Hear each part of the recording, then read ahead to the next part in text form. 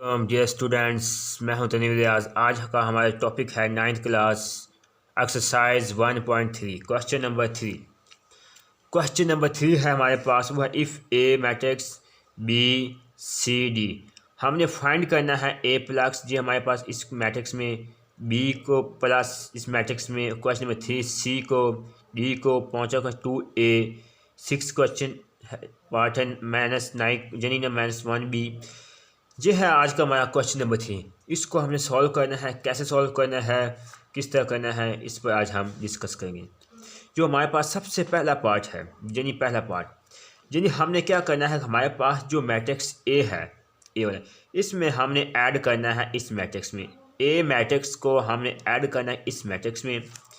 जिस तरह हमारे पास ये बी मैट्रिक्स है, इसको हमने इस बी मैट्रिक्स को हमने ऐड करना है इसमें। इस तरह हमारे पास जो जो हमारे पास से सी प्लस जे मैट्रिक्स, ये हमने इस सी मैट्रिक्स को इसमें ऐड करना है।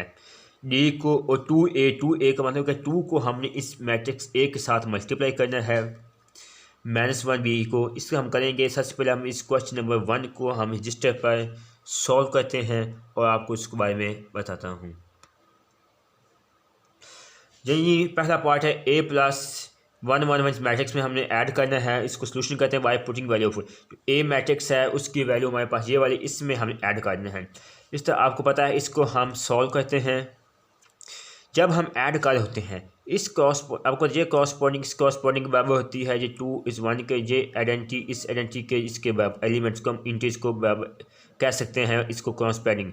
ये -1 को हमने ऐड कर दिया 1 में, 2 को ऐड करना है इसमें, 2 को हमने ऐड कर दिया 1 में, और 1 को ऐड कर दिया हमने 1 में।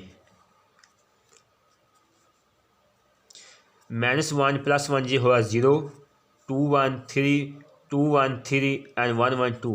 ये हमारे पास पहला पार्ट सॉल्व हो चुका है। इसी तरह हम next part, question number B वैसे हो जाएगा जैसे हमने पहले सॉल्व किया था।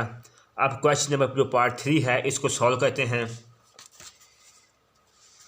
जी देखिए, हमारे पास सी प्लस इस मैट्रिक्स में ऐड करना, यानी हमने सी मैट्रिक्स को इस मैट्रिक्स में ऐड करना है। हमारे पास सी मैट्रिक्स क्या है, उसकी वैल्यू ये है 1 -1 2, यानी ए की उसकी एक रो है। By putting value of matrix C, यानी सी मैट्रिक्स वैल्यू को हमने इसमें ऐड कर दिया। जो सी मैट्रिक्स क्या 1 -1 2 और ऐड करिए, यानी ये आपको पता है, ये कॉन्स्पेडिंग इस कॉन्स्पेडिंग बराबर होती है, इसको हमने ऐड करना है। 1 + -2 -1 + 1 और 2 + 3, 1 -2 -1 0 और 2 3 5। ये हमारे पास सोल्यूशन है। इसी तरह जो हमारे पास डी है, ये डी मैट्रिक्स इसमें ऐड करते हैं bye putting value matrix D. 1 + 0, 2 + 1, 3 + 0, -1 + 2, 0 + 0, 2 + 1, 1 3 3 -1 + 2 1 0 3। ये हमारे पास क्वेश्चन आंसर आ चुका है इस क्वेश्चन का। क्वेश्चन नंबर 3 का 5 पार्ट 6 7 8 9 पार्ट हमने करना है। जो 5 पार्ट 2a, इसका मतलब ये है कि जो हमारे पास मैट्रिक्स ए है, इसके सामने 2 को मल्टीप्लाई कर देना है। -1b, जिन बी को -1 के साथ मल्टीप्लाई कर देना है। 7 जो हमारे पास क्वेश्चन में फिर 2c, यानी सी में से हमने -2 इसको मल्टीप्लाई कर देना है। इसी तरह हम कुछ क्वेश्चन को ऐसे सॉल्व करते हैं, बाकी आप खुद ही कर लेना।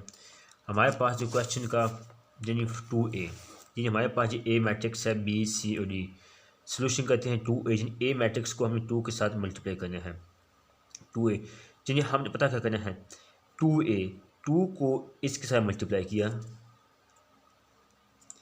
2 को -1 के साथ, फिर 2 को -2 के साथ, 2 को 2 इस बारी बारी मल्टीप्लाई करें। 2 -1, 2 को 2 के साथ, फिर 2 को 2 के साथ और 2 को 1 के साथ, -2 4 4 2। ये हमारे पास आया है क्वेश्चन। इसी तरह हमारे पास जो 6 पार्ट है -1 बी, यानी बी को हमने -1 के साथ मल्टीप्लाई कर देना है। अब देखिए हमारे पास जो बी मैट्रिक्स वन है, -1 को इसके साथ मल्टीप्लाई किया, फिर इसके साथ किया, हमारे पास -1 जो हमारे पास आया है। अब -2 को सी के साथ जो हमने क्वेश्चन सॉल्व करना है, -2 को यानी सी के साथ मल्टीप्लाई करना है। सी हमारे पास मैट्रिक्स जो है 1 -1। अब -2 1 -1 और -2 को 2 के साथ मल्टीप्लाई किया। -2 नेफी जमा 2 मनफी नेफी 2 -4। ये हमारे पास आज का क्वेश्चन नंबर 3 सॉल्व हो चुका है।